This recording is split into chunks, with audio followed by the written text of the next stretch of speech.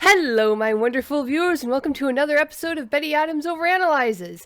Today, we are going to take a fully spoilerly look at Kaiju number 8, chapter 53.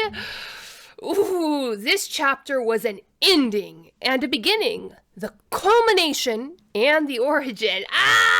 Let me put it this way. Screamy scientist guy is only in 2 tiny panels, and yet even he gets a major character development moment that set up that will probably haunt him for the rest of his life and ours. 2 tiny panels! Imagine, if you will, what this chapter does for the main characters. Now, there will be spoilers. There will be all the spoilers. They start on page 2 and spread over into half of page 3. This panel, not once in any manga I have ever read has the art ever been so good that it pulled me out of the story. However, when I turned the page and bathed my eyes in this image, I completely forgot where the story was and what it was doing. This page is glorious. Number 9 is the centerpiece, and Kaiju number 8 and Jinrumi are flying around him.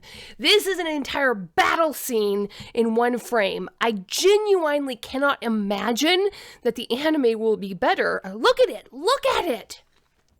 It has been a long time since I have fangirled this hard over anything, let alone a single manga panel. But anyway, back into the story. See, on the one hand, I am worried about Kafka and Kaiju number 8. In this battle, you can see the Kaiju blood just flying.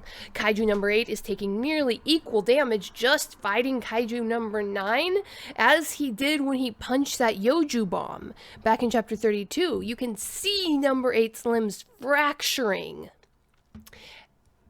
every time one of his rockets-powered blows lands. On the other hand, there's a nice, solid bit of hope. You see, Kaiju number 8 and Captain Narumi are fighting in perfect synchronization. There is trust in this battle. Narumi, the arrogant, doesn't just allow Kafka to back him up. Narumi openly asks Kafka to do what he can't. This battle has anchored their relationship well, and Narumi will be there to back up Kafka now when things get tricky back at the base. That's nice and all, but and this part is theory. You see, every time we've seen Kafka really push himself in the Kaiju number 8 body, afterwards, Kafka has suddenly lost a lot of mass in his human body. My theory being that the Kaiju number 8 body has been feeding off of Kafka's fat reserves to fuel those rocket boosters and the tissue regeneration. See, all of that requires energy, and where's that energy coming from, if not from Kafka's body?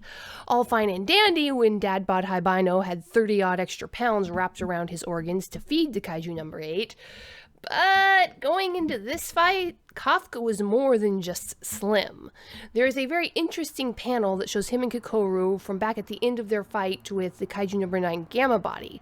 Kafka, a 30-something man with plenty of muscle on him, his waist was only marginally wider than the teenage girl's. Kafka has no fat funds in his reserves at this time, and he's been spending like a drunken sailor on day 3 of a 3-day leave. Kaiju number 8 was using his rocket boosters at level he never had before. He's doing more rocketing and more intense rocketing. He has been taking damage on a level he never has before. Yeah, he took a lot of damage when he punched the Yoju bomb, but that was one punch, one moment. And he's having to regenerate all of that damaged flesh. So where is the power for that regeneration coming from? Once your body's out of fat, it starts eating muscle, then it starts eating brain. Like I said, I'm pretty worried about Kafka. But the meat of this chapter is the emotional devastation. You get emotional devastation. You get emotional devastation. You all get emotional devastation. Starting with the obvious. Kikoru has just lost another parent to a kaiju. And this time, she lost him almost in front of her tear-filled eyes, filled with the sense of helplessness and futile rage. Her daddy is gone. Moments after he had just given her the affection and approval she'd been craving for years. Captain Narumi has just lost what was obviously his father figure. Larger than that, however, larger by far, Captain Narumi failed. There's only one aspect of his life where Narumi has it all together. There's only one part of himself that Captain Narumi can look at with self-confidence and say, I got this. I can do this. Every other aspect of his life is in a rather miserable failure. And now that one good thing has been stripped from him. That one thing that he demands from his troops, results, Captain Narumi has failed to bring them.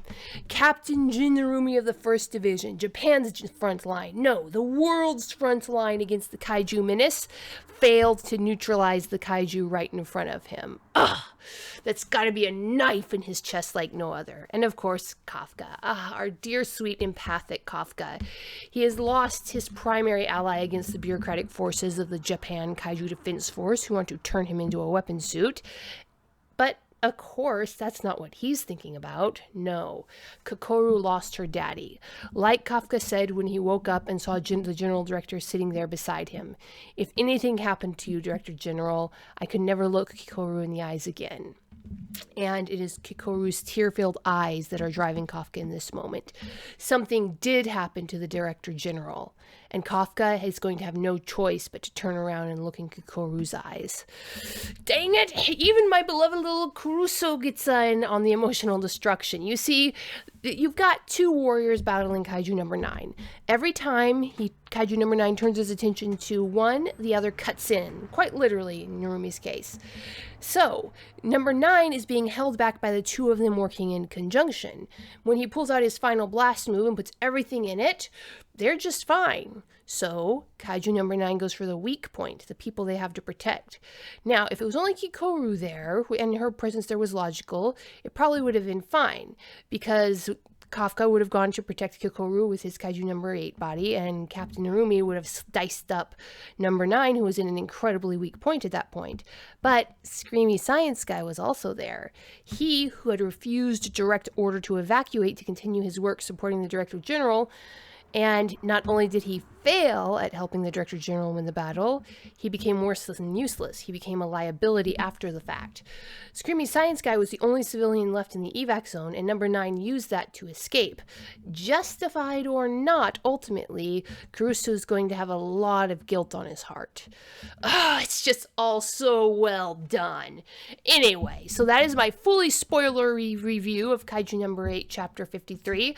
I've got a lot of other thoughts here, and I'm going to be making some more videos out of this, of course, but while we wait for the next chapter, you can scooch along to the links below and get yourself a copy of my book, Humans Are Weird, I Have the Data, or Humans Are Weird, We Took a Vote, now available in large print on Amazon and Barnes & Noble.